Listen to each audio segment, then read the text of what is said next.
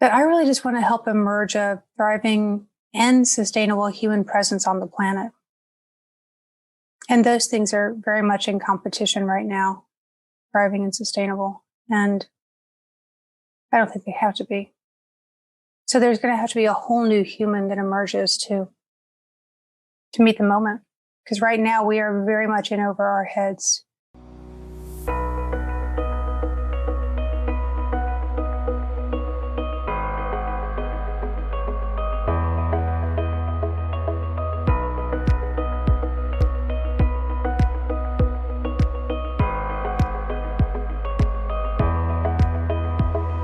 Yeah, it makes it even more wonderful that I'm showing up straight out of meditation with my nightshirt still on and just my little hoodie on top.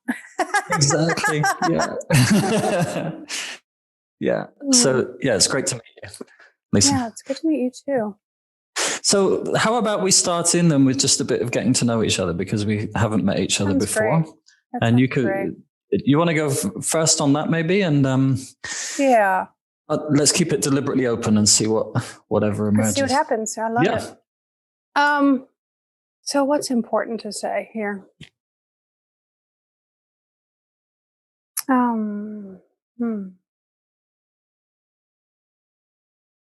I have, in the last couple of years, they've been through quite a bit. I've been in a deliberate practice of letting in all of the pain and suffering in the surround. And, well, I guess I'm doing that because I believe we'll need those capabilities as humans going forward. I might as well get good at it. And it just is what's happening. And the pandemic came, and I was like, oh, that's why I started down that path, which then of course accelerated that path. That's interesting. Why am I telling you that? Just that there is this undercurrent going on with me that is a very intuitive path that I believe is picking up the skills that we need to even thrive in collapse. My sense of things is that we are in collapse already. I don't really exactly know what that means.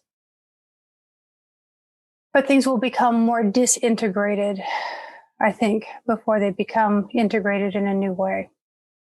And so I'm really affected by Margaret Wheatley's question of, so who are you as a leader in collapse? Does it change? And it turned out for me that it really doesn't change very much. What I want to be doing if everything were hunky-dory, and what I want to be doing if things are not so easy is the same. And essentially, my big umbrella idea of life's work for me is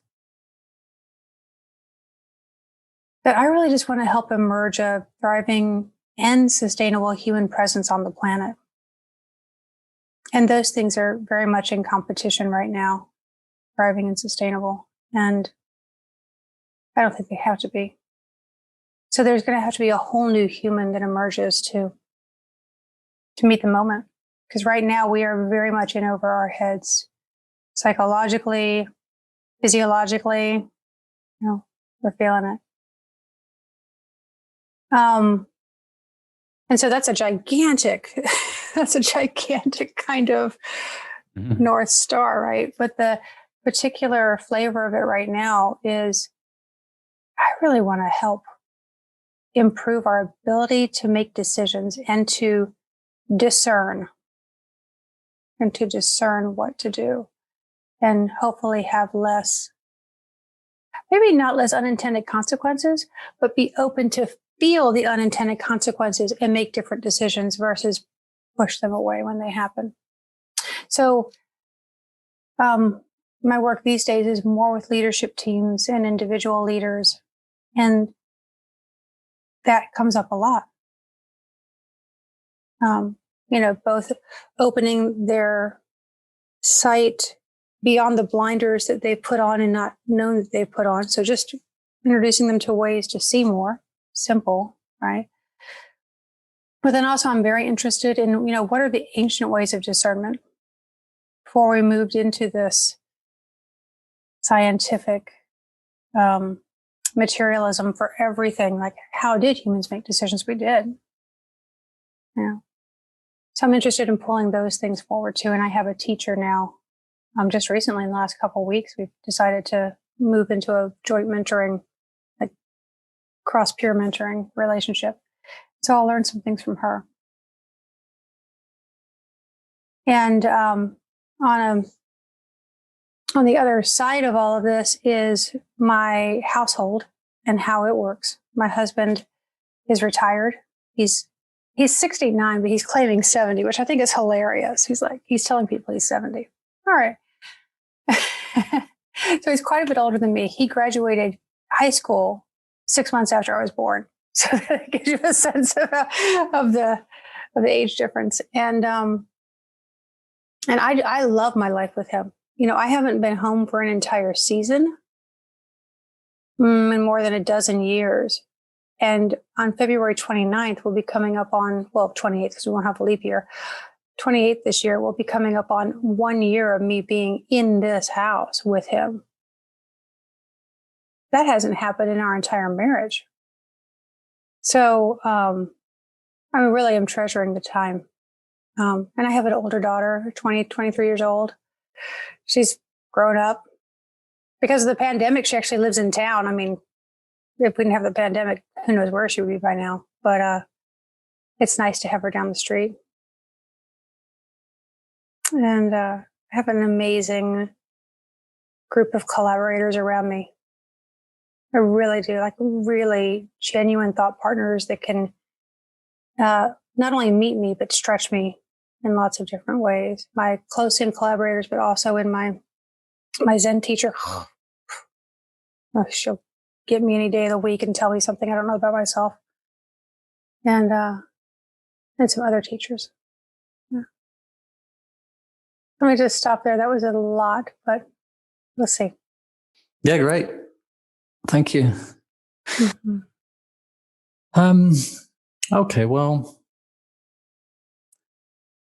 where I find myself right now is over my head in something that's quite focused, which is really about finding improved ways to communicate about and help others to learn about this thing that myself and Bernard and Lily are carrying called Esri. But like the backstory on that is really 20 years old now, from when I was first introduced to the concept of sociocracy, and had no idea what that was about at the time. But it came into my life in the context of community and relationship and dysfunction and conflict and divisiveness and polarization. Yeah. And as one element in supporting people to be able to approach conflict in a more constructive way and bring, apparently irreconcilable opposites into a space where essential value could be harnessed from apparently different sides and synergized into, this phrase is the whole being greater than the sum of its parts. And that has the most relevance for me today. In recent years, I'm starting to understand more about the topic of complexity and how unable we are to navigate complexity alone, and how the whole kind of evolutionary journey for us as a species somehow has been based around that recognition and the fundamental necessity of cooperation and sometimes collaboration between people directly to be able to arrive where we have today. So it's been a journey of discovery for me to come to appreciate that in a conscious way. T.S. Eliot's phrase, the end of all our exploring is to arrive at the beginning and know the place for the first time. And that phrase is as true today for me as ever. And it leaves me completely confounded by the mystery of what's to come and the mystery of where I am. And at the same time, helps me to recognize the journey so far and this ongoing, journey of making sense of things somehow in some small way. So my interests have been twofold, I think. One was around, personally speaking, in quite a self-centric way. One was about making more sense of the world and making more sense of relationships so that I could somehow navigate that in a way that was kind of more enjoyable, fulfilling. Yeah.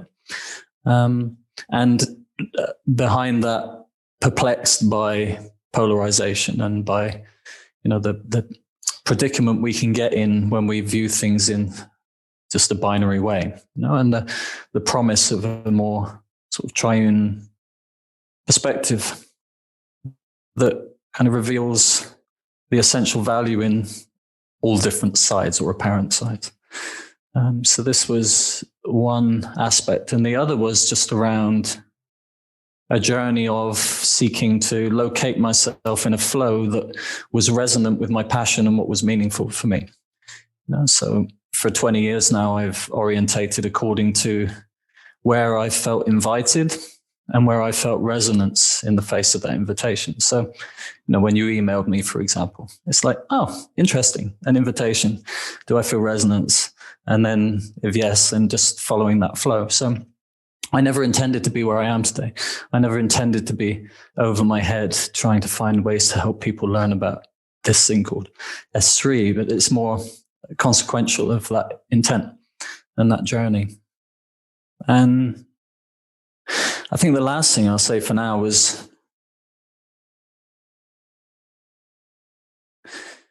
in terms of my work with S3, I see that very much as a means to an end. And I think it's really important people understand that. And of course, some people listening to this might not even know what Sociocracy 3.0 is, but maybe we can get into that more later. But to understand that the patterns behind S3 were there long before S3 was.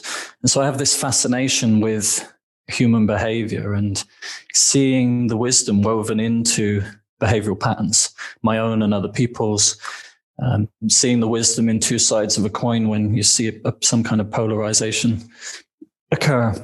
And recognizing the kind of ancient lineage of that somehow, and that, we ourselves are these complex adaptive systems in this kind of infancy of birthing into consciousness of ourselves and recognizing our extraordinary potential to both manifest and destroy, and coming to terms with the responsibility of that, coming to terms with the potentiality in both extremely positive and negative ways, and invested in seeking to make my best contribution somehow towards that journey of expanding into greater consciousness of ourselves. Something like this. Yeah. I really hear both your excitement and your responsibility for stewarding S3 in the world.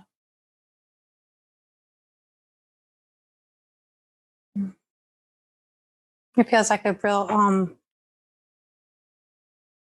that there's some sort of honoring that you are doing of the lineage where S3 came from, which we can't even really fully know. And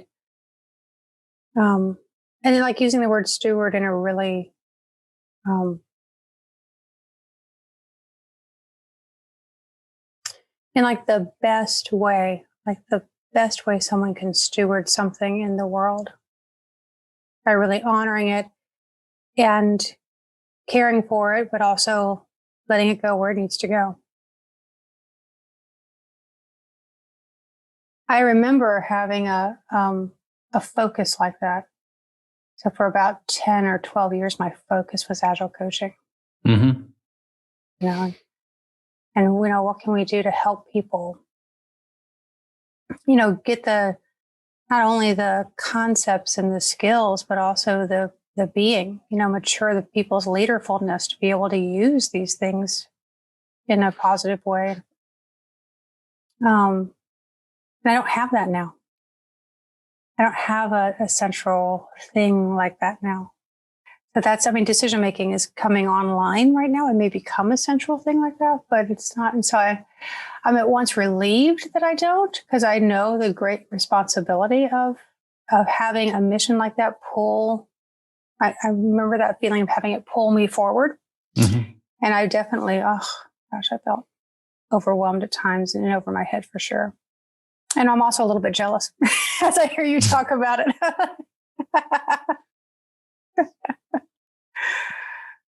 Yeah. I'd like to think that there's more ahead, but also I'm okay if there's not. Like, I'm okay if I just have some really interesting experiences with people and get to invent a few things here and there. Like, I don't need to push for anything at this point, mm-hmm. which is weird because I also feel that on the other side, a sense of urgency of like, man, we are really hurting ourselves right now. Sure. Yeah. These words around thriving and sustainable human presence I've heard them before from another group, but it wasn't until September that it really clunked into my brain that, that's what I'm about. And actually, mm-hmm. that's what I've always been about. I had different words for it before. But that's an interesting way you frame it. So this, you said in some respects at odds with one another, and yet mm-hmm. this is what we need to be able to integrate both this thriving and sustainable future. Yeah. Do you want to say something more about that? I'd love to hear a bit more about that's your interesting. Perspective on this. I think they're only at odds with themselves because of the mental operating system we're running on now as human beings. I don't think they really are at odds. I think it's totally possible. In fact, probably glorious to live in a thriving and sustainable way. We're both are so. Mm-hmm. Yeah. We have a lot of growing up to do as a human species. And been probably pretty fast. So I'm going to do what I can to contribute to that. And really everywhere I go, I think that's what I'm up to basically, is having people become aware of themselves, aware that the things that they think run them actually don't. Mm-hmm. And that they have much more choice, and that our power of imagination is real. Because what we imagine and what we start thinking about and what we make movies about and what we start talking about becomes real. And I don't think people understand the power they have.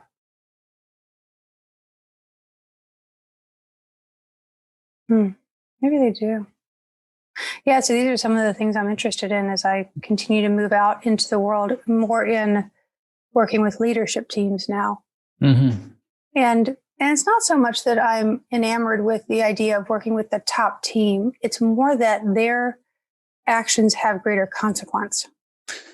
I heard Margaret Wheatley speak something about this recently. Oh, did you? Well, she was talking about her journey, and she was saying how every decade was filled with talk of decentralizing authority, more self-organization, and yada, yada. And she said this has gone on for decades and decades. And every decade, it's the same story again. And every decade, it seems like there's still a similar distance to be traveled somehow. And she said at this stage in her life now, what is she? She's in her late 60s, 70s. Yeah. Yeah. Yeah. So she said, now I'm focusing my energy towards those people in positions of great influence who recognize the need for change and are invested in doing something about that. And she said she feels at this stage in her life, that's the place where her interventions can have most of it. And the other thing that was interesting, and this resonated with a growing perspective I have around timing, because on the one hand, we see the urgency for change. Mm-hmm. And on the other hand, the actuality of how things unfold for us as a species. And learning sometimes takes quite some time and quite some pain. And Margaret was proposing that perhaps this is a long game, of hundreds of years, what we anticipate or see as possible versus the actual manifestation of that more within the general populace is perhaps a long game. And I heard a permaculture teacher some years ago talking of sustainability and even regenerative practices, like being able to harness the extraordinary potential that lies within our environments and within ourselves, and the synergy that can happen when we consciously interact between the two. And I think there was another point. Thank you for that.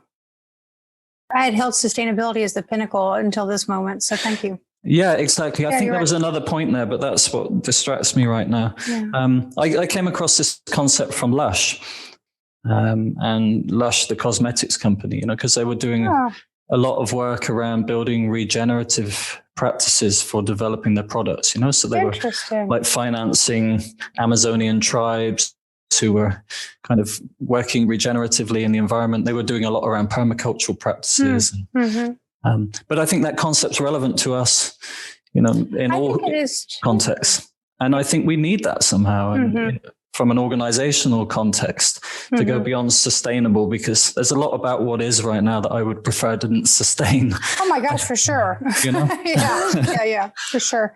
Yeah. Well, you're reminding me of why I really reached out to you to begin with, is because I also want to talk about Margaret Wheatley for a second in a moment. As I am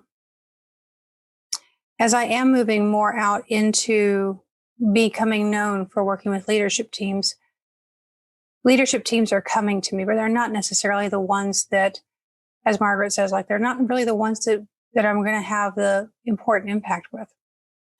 And so when I started narrating the Lead Together book, and I was narrating the chapter on what they called operating systems, and here we are, I'm hearing the words S3 and your name come out of my mouth, and I'm like, oh, well, maybe those people are working with the types of leaders that are willing to look internally. I don't need like the most conscious leader on the planet or leadership team on the planet, but I need people who are willing to look at their part of things. So that's I had forgotten, really. I've gotten so enamored with our conversation that I had forgotten that was the possible crossover point. But so let me just put a thing in that, because there's something really important about Margaret. Oh, just how devastated I was when, forget the name of this book that came out a few years ago, where she's like, stop hoping. Just give it up. Widespread systemic change is not going to happen anytime soon. And then she wrote this book, which I'm still in the middle of reading because I can only read like 5 pages at a time, the Who Do You Choose to Be book. I have this beautiful bookmark in it to sort of entice me back to it, to like take the next beating. Because I feel like every page in that book is wonderful, but it's devastating. Like this idea of, it's not going to happen. This big systemic change that we want is not going to happen. Maybe it does happen in hundreds of years, but it's not going to happen in a way that we're going to actually see movement on it. And just create islands of sanity. That's her phrase in that book, create islands of sanity. And so that's where I want to work. I want to find and work on islands of sanity where there can be some, like maybe it's an acupuncture point in a larger surround. Yeah. Yeah. Yeah. Well, whatever the future, there's nothing lost in at least positioning in that way, I think. And that reminds me of the point that I lost there when I was referring to permaculture. It was a permaculture teacher. I haven't studied permaculture to any great extent, by the way. I just happen to have some connections there. But he said to me, I believe our generation is clearing the bushes. And that's a permaculture term for clearing the land, and then you have to really start from scratch and learn about what goes with what and how each context is different and how each context requires a different synergy. And you need experimentation and learning, and systems evolve over time. And anyway, that was some years ago now. And that really put me in my place and took me off the narrative of, maybe in a decade it's all going to be we're going to live in an enlightened humanity, because as I see things, that's just not how this is going to play out. My goodness. It's like, I mean, I'm actually less hopeful now than I was before. I feel like we are taking perhaps a necessary zigzag back over to, ways that try to deny complexity. Mm-hmm. Narratives that people want to, just rapidly hold on to, that just denies what's so. Yeah. Yeah. And losing nuance, descending into greater polarization, more reductionist. It's a huge issue. Mm-hmm. Yeah. Yeah. I'm both more and less hopeful at the same time, because I see it's kind of more of everything somehow. It's like for all of the darkness, for all of the things I would deem as kind of life denying somehow, it seems to stimulate some people, to shine even brighter, to give even more. And it just seems like everything is more somehow. It's Ken Wilber. I don't know if you know this guy, but he says things are better and better and worse, faster and faster. Okay. Yeah. Yeah. It's like that. Yeah. I've been really interested in exponential technology lately.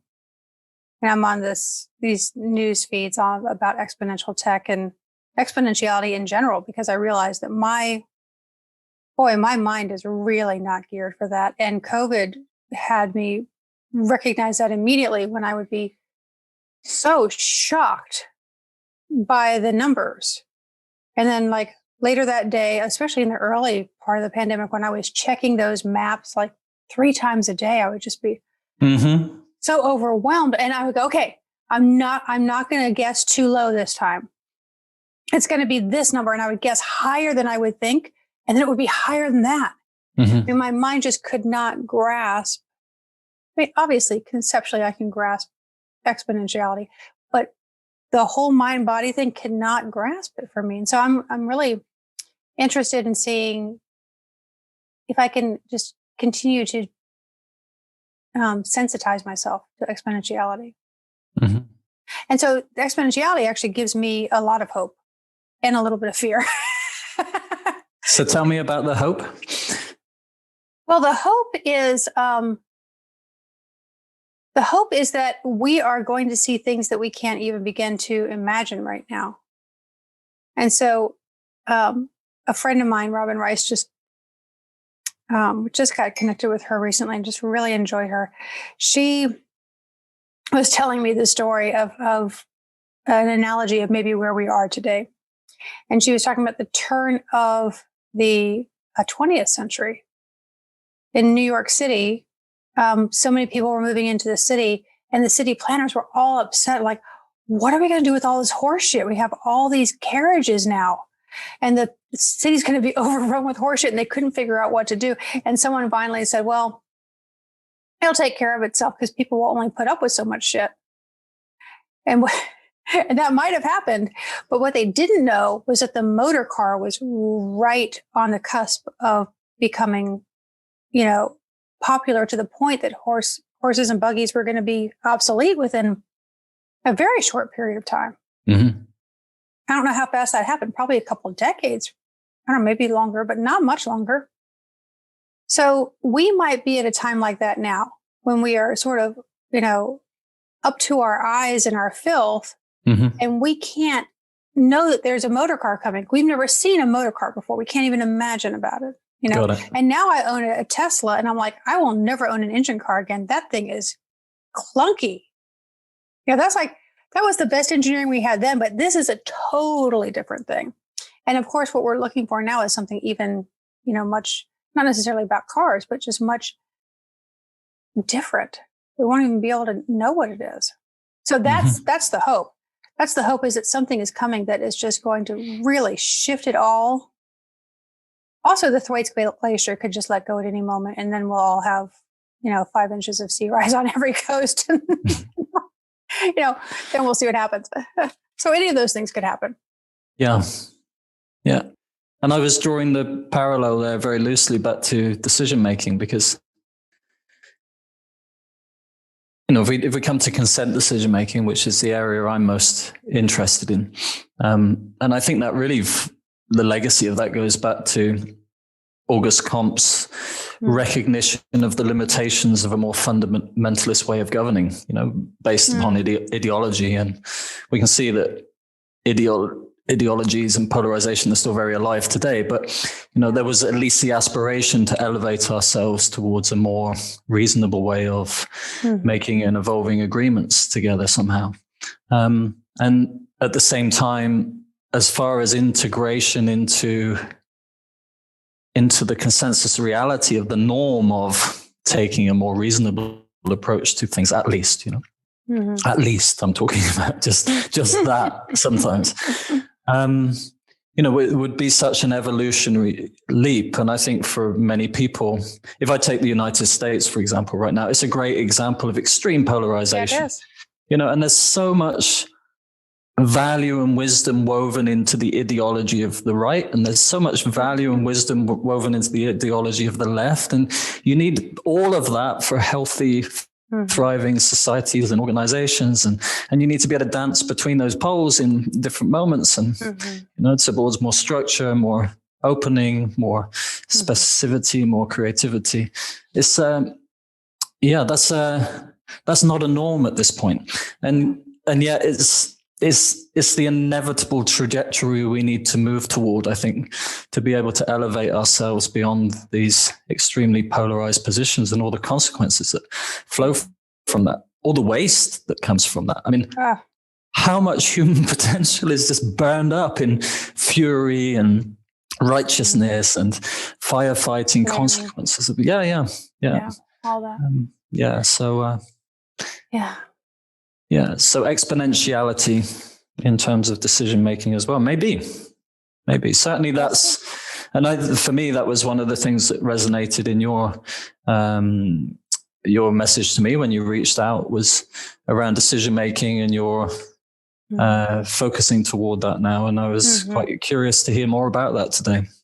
Yeah. Well, I don't know much about it yet. I know lots of different methods of decision making. Maybe it's not obvious, but I do know lots of different methods of decision making. I know how to help groups deal with what is, instead of try to reduce it down to some structure that someone can drive them through and get them to a decision. I'm not interested in any of that. But that's probably that is where most of the groups I work with start. They start with these conversations that go nowhere, and they think they've made a decision. Then 2 weeks realize they hadn't. They have the conversation again. I came into one board of directors because that was their problem. They couldn't make a decision that stuck. To the other side, where they're like super regimented, they've got everything in a spreadsheet, and they make these decisions that actually no one has any buy-in for. I mean, it's just really fascinating how it's, and none of that is very holistic. So I'm really wanting to bring in all the voices. Like, my training is in organization and relationship systems coaching, and that whole philosophy is about coaching the third entity of a system, of a human system in particular. And in that way, we're just focusing everyone's attention on who are we as a collective and what is our collective sense making. And I'm really interested in that right now. And I'm also interested in that on a whole societal level. How can we start to move toward collective sense making? But you're talking about polarization, and I was thinking, God, I'm loving this process. I just learned recently, actually, from my meditation teacher, who is also an award-winning mediator and a facilitation teacher, and she comes out of the integral community. And she knows something that's a variant of voice dialogue. You ever heard of voice dialogue? That's my underpinning work. Yeah. I had no idea. So Sid and whatever their names are. Hal and Sidra Stone. Yeah. Thank you, Hal and Sidra Stone. Oh, well, that's cool. No, that's really cool. Because I'm so digging the voice dialogue stuff I've been learning from her. Yeah. People, shake loose their attachments to black, white, right, wrong, up, down, any polarity that shows up when they all do. Mm-hmm. Yeah, and honoring those identifications, recognizing their lineage and the purpose they served and the vulnerability they took care of, and bringing vulnerability into consciousness and learning to parent ourselves in a more conscious way. And That's I work with voice dialogue deeply. Oh my gosh, that's so cool. Because I just know a little bit about it, like sort of enough to be dangerous, sort of enough to try it with clients. Yeah. Yeah. Oh. I taught on a 3-year training in the UK for nearly, like 8 years or so after I'd gone through that process myself around voice dialogue facilitation. That is so cool. I think it's really valuable work. Yeah. Yeah. Yeah. Yeah. And then the piece I like that Orsk layers in is that so many things are not sayable. And so there's a lot of kinesthetic work, and we're just switching different channels in Orsk. Kinesthetic, auditory, verbal, world channel, relationship channel. It's just different ways to help people access the stuff that's very hard to language. That's great that you're exploring voice dialogue more. So my teacher learned it from her Zen teacher, Genpo Roshi. But his big contribution is the big mind process, which is a takeoff on voice dialogue, but for the internal I know voices. It. Yeah, I know it. But well, anyway, I know Big Mind quite well, and I also remember Hal and Sidra's very carefully worded forward in his book, Big Mind, as well, because I think what concerned me about Big Mind was that it tended to lean very much in one direction somehow, which was more towards the spirit pole. And there was a lot about the instinctual and the body and the manifest and the deep dark earth that was somehow obscured in that. And I don't think that's interesting. Really? Okay. Yeah, I'm not deep enough into any of that, and I don't know any of that history really to well, because Genpo kind of came unstuck in the long term, unfortunately. For sure. He was really humble around that. But it was kind of like that instinctual earthy pole came around and bit him on the ass, to put it bluntly. So the systems balance. They have a way of balancing one way or the other. And that's my teacher was there at the time. Yeah. She was his student at the time. Okay. And so she is now a Roshi. Long after that. Well, for me, that was I feel a lot of respect and love for him and compassion for that journey he went through, and I think he handled that whole event in a way that really demonstrated integrity and humility. Well, that's cool. I don't know. But it kind of, it just shows the importance of recognizing these polarities, and how deeply identified we can become with a point of view, and so convinced and so extraordinary somehow, and within that, so convincing, and yet somehow life brings around whatever it is that's disowned somehow, and it will find its way back in. I think Diane and some of the integral people invented this 3-2-1 shadow process that she taught. And that she's taught me and others, and I love it. So it's exactly for that. It's like taking something that's third person that you like, what a jackass, whatever you'd say about someone. And eventually it brings it one step closer, and eventually to the first person. Yeah. And so I use that process a lot. When something disturbs me, it's just simply because I don't own it yet. Yeah, exactly. Yeah.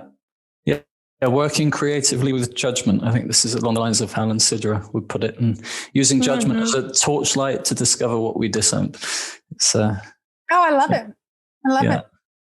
It's interesting that this comes up in this conversation, because for me, that, as I say, that underpins my work with sociocracy. And when I came across sociocracy as a concept, so that was back in 2001, and there was just a single web page in the English language on sociocracy at the time, the basics of the Sociocratic circle method.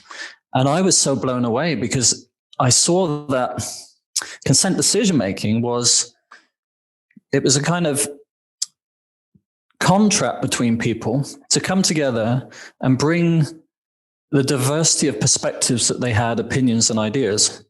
But rather than descending into an either-or consciousness, seeking to harness essential value from those different points of view, and out of that would emerge this way forward that was kind of beyond what any one of them could have achieved alone. And that's on the intrapsychic level. That's what voice dialogue work is about, right? We become conscious of strong positions within our system. We acknowledge them. We recognize the value of that position, but then we also open up to see whatever might be on the other side and whatever might be interconnected with that. And through learning to hold that tension between what might sometimes initially seem like really irreconcilable opposites, this third way can emerge. And that blew me away. That was what set me off on the path with sociocracy, because I thought this is a way to, it's kind of the Trojan horse, you kind of just wheel it into the meeting. Yeah, well, you're struggling a bit with your decision making, and hey, do you want to try this? And this is how it works. And so there's an operating minimum for that, right? Which is to the willingness to at least be reasonable, but it gives full space for people's fundamentalist points of view to be fully expressed. But the deal is, it's like, you've expressed yours, now let's hear others, and let's recognize there might be value in all of these things, some more than others, and we'll bring that together towards whatever our kind of common objective is. I love it. Yeah, you're reminding me that what like the frontier I feel like I'm on is bringing in what's the phrase? Wisdom beyond rationality kind of ways of assisting decision making. And I think about systemic constellations in this bucket of, getting information from places and wisdom from places that I think we used to know really well before the alphabet and before the printing press. And being able to just bring all that in. I mean, I think I put, oh my God, it snowed, James. It snowed? The first snow. Oh, it's so beautiful. I mean, it's just the sun has just come up here. There's just a little bit of light. It's not sunny outside. It's gray. But I just now saw the snow on the branches. Oh, it's lovely. I mean, it's like this much snow. It's not a lot of snow. But it is. Oh, our house is surrounded by mature trees. It's just absolutely gorgeous. And I thought, beautiful. Oh my goodness. That's wonderful. I remember that feeling, discovering snow the first time in a season. I love it. I just love it. It never gets old for me. I feel like a kid. Oh, I'm so glad you were here for the discovery of snow. I have to go wake up my husband and show him next. So I've had these dreams. I haven't had them I have not had them for most of 2020, but in late 2019, I was having these really vivid dreams. And they were all around, it's like these vignettes of people in really high intense decision moments. And I make it up that in my dreams, it was something like, we're in the middle of multiple climate disasters and we're having to figure out what to do, where to send people, how we're going to respond to it. And we know that we can't save all the humans that are in danger. I mean, so like that kind of incredible pressure cooker. You've got to make a decision that is genuinely urgent. It is literally life-threatening.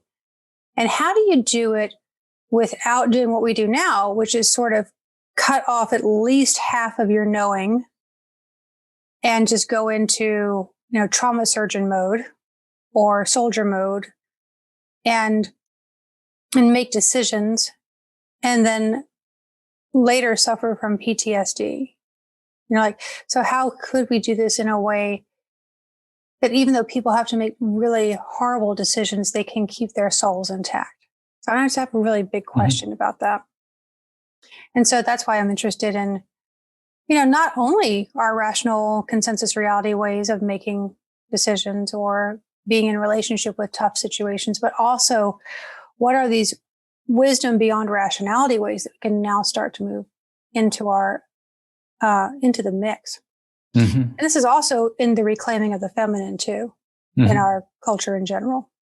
It's related to this. Yeah. Well, this is one of the things I experienced in a group of people who are committed to really coming together and discovering that third way, because there's as much revealed through the silence between the words and through the narrative that reveals itself through the synergy of stories that people tell. Whether that's more objective or more subjective is not really the point. And again, if I think back to the evolution of sociocracy, the influence of the Quaker meeting practice, and how they were seen as like the renegades of the Christian movement somehow, right? This idea God is within. It's like the divine is within us, not just some external deity that we should bow to, but we have the responsibility of the divine in ourselves, and that we should approach that humbly and recognize ourselves as part of a greater whole. And so that whole meeting practice was about coming together to hear the voice of God, as they said. Do you know I'm right here where the Quakers, so I live 2 states down from Pennsylvania, where a lot of the early Quaker meeting houses were. Okay. And I've only been to a Quaker meeting once because I used to be part of a religious education group at the Unitarian Universalist Church when my daughter was going through that. And at the 13-year-old age, we take the kids to all kinds of different services because in that year they're creating their own theology. And it was phenomenal. I loved it. Yeah. I loved the meeting house. Yeah. And it's a fascinating process now. And I don't know, it's not like interestingly, it's not like they're schooled in extensive training about how to make and evolve agreements. But at the same time, for many of them, it was multi-generational immersion in that kind of practice, so it was sort of normal. And I came to that more from the indigenous perspective, the work of Jack Zimmerman and Gigi Coyle, Way of Counsel, the Ojai Foundation, and their endeavors to harness the wisdom of the tribes, and coming together in the circle. But it's the same ancient wisdom of coming together and connecting to that meta narrative that weaves all of those otherwise seemingly distinct stories together somehow. And it favors both the individual and the group. It's like both coexist somehow. Neither is diminished in favor of the other. We have so much to recapture and so much to discover. Yeah. So Lyssa, we booked ourselves an hour. So let's set the intent to wrap this up somehow and see how we close this for today. Yeah. Well, what I'm leaving with is a sense of knowing you better, a sense of starting to feel how our energies interact with each other, and where it's smooth and where it's tentative and all of that. And I'm wanting to just sit with this and see what happens. What about you? Sounds great. And I appreciate getting to meet you finally. It's because I think your reputation does precede you somehow. So I hear different stories and experiences from people, and I was curious about even when our paths would cross. I'm grateful you reached out. I'm quite blown away by the overlap of interests and how our paths have taken us into similar things in some respects. I'm really curious to see what emerges. And me too. I resonate a lot with your intent right now and where you're heading. And so please reach out anytime you feel a sense that might be worthwhile and valuable to do. Yeah, thank you. And you too. Let's keep each other in mind. In the spirit of invitation and resonance, my experience of the world is that as soon as something aligns, then some signal gets sent out to the universe, and all of a sudden, all the things about that start coming in. Boom, boom, boom. So who knows what will come in now that we've had this conversation and we've met each other more. Yeah. And in terms of the recording of the call, I'd be very happy to share this with people. Sure. I would probably share it. I post it on the new Sociocracy 3.0 online learning community. Really? Yeah, for sure. Sounds sweet. Because I'm just beginning to talk a bit more about relational energetics and voice dialogue there. And there's a lot of people who have been introduced to S3 with me who are also aware of voice dialogue now as well. Mm-hmm. And I think this is a great kind of relating to S3 and the deeper elements of it and the deeper aspects of consent decision making that would be, for some people, really interesting to hear. So awesome. Yeah. Well, I'm happy about that. So yeah, feels like I've now just crossed a threshold into a new world, because I'm quite sure there is quite a bit of overlap with my other communities, but there's going to be a whole new group of people who get introduced to me for the first time. So hello, whoever you are, it'd be great. If you're watching this. It'd be great for people to meet you there. Yeah. All right. Oh, so great, James. Let me go ahead and stop our recording. As soon as I can find the button.